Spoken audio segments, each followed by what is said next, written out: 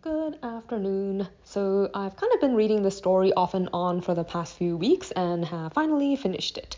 It's called Swarm by Jennifer Lyle.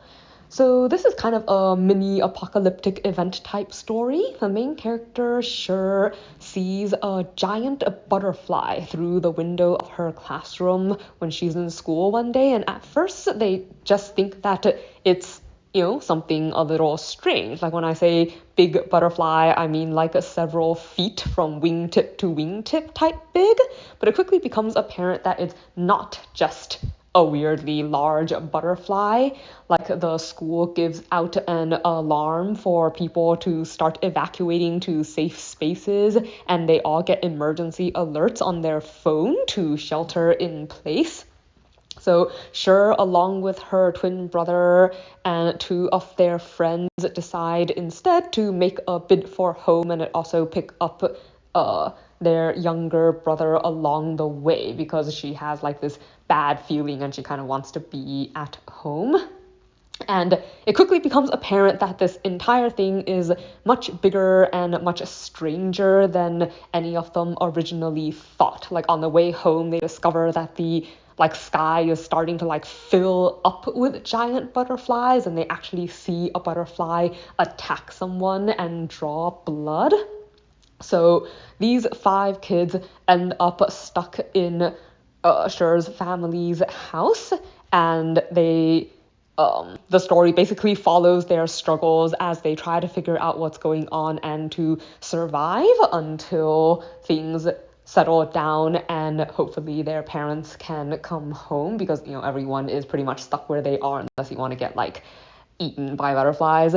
So these are giant lizard bug hybrid monster butterflies. And they're really, really dangerous. And like I said, the story goes through all these different stages of this world event, because you can't go outside, there's people acting crazy, the people who get bitten by the butterflies also seem to go a little mad, and they don't know exactly what's going on with that, or where the butterflies came from, or what's going to happen if they don't go away, or what solutions people might have. They have to figure out how to prevent the butterflies from getting at them. They need to figure out how to stay, keep supplies so you have, stuff to eat and clothes to wear.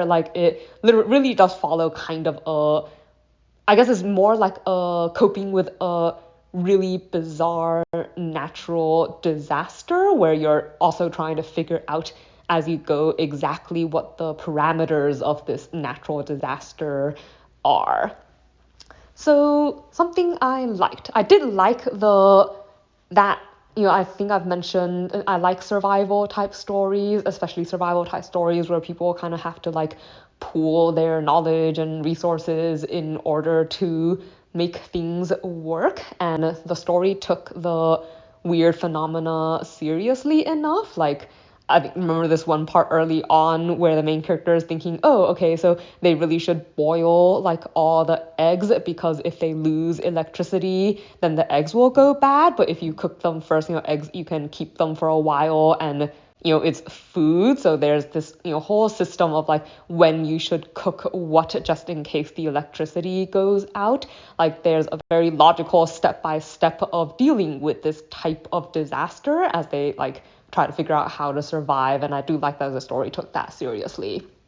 But something I did not like would just be a heads up that there's a lot of really disgusting imagery. The world of insects is a pretty disgusting place, and it takes a lot of those disgusting features and jumbo sizes them.